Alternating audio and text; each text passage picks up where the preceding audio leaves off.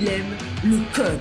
Il faut que la communication soit codée, mais de façon claire et transparente. La rigidité, c'est pas pour nous. Mon nom est Francis Parent-Valquette et vous écoutez le Sandro Show. Mais le plus important, c'est qu'il est bélier. Pour faire un monde meilleur, mon œil, ça fait comme 10 fois que j'enregistre cet épisode-là tellement que je pars dans tous les sens.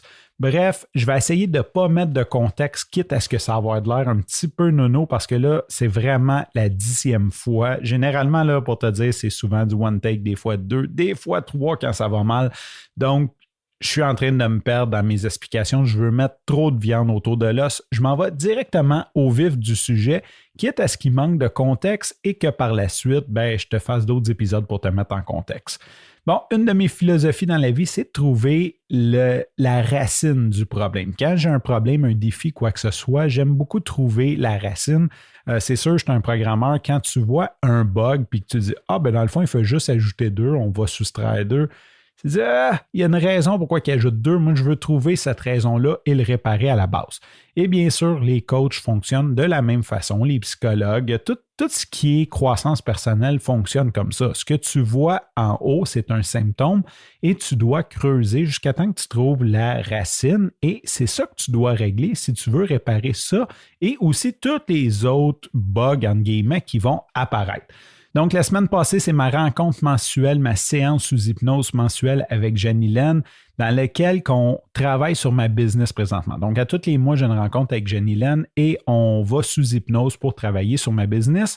Et en gros, le but de la rencontre, c'était de me propulser, d'enlever des braquettes. Puis là, je sais que ça peut avoir de l'air weird, mais je ne mettrai pas de contexte parce que je n'ai pas envie de réenregistrer une 11e fois ce soir.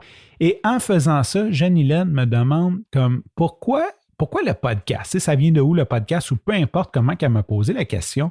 Puis j'ai dit ce que j'aime de ça, c'est la démocratisation du contenu, le fait que tout le monde a comme la liberté, un petit peu la liberté d'expression en gros.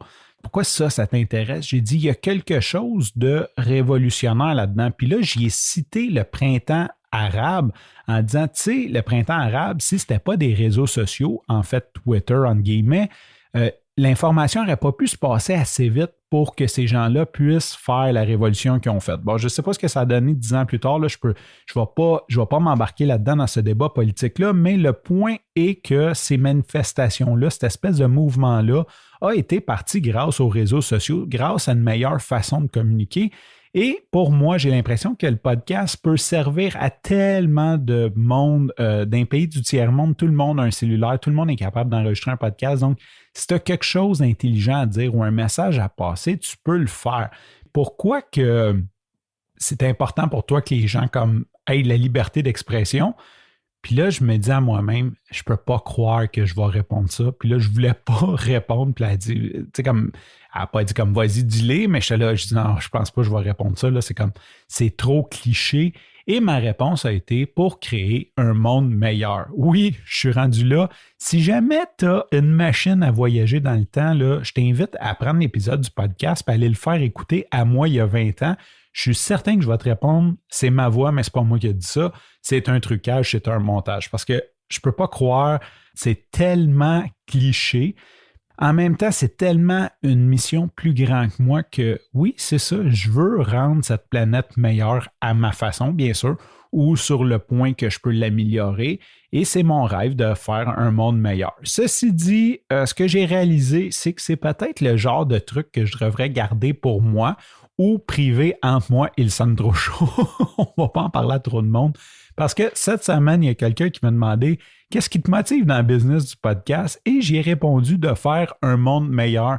Et sincèrement, ne répondez pas ça. Ça a coupé la conversation là. Ça va dire OK. J'ai pas eu le temps d'élaborer là-dessus. Fait que je me suis dit OK à moi-même, ça c'est en dedans de moi, c'est pas dans mon jardin secret dans le sens que j'en parle ouvertement. Mais c'est peut-être pas une bonne réponse à brûle pour point. Sur ce, je te remercie pour ton écoute. Je te dis à demain et bye bye.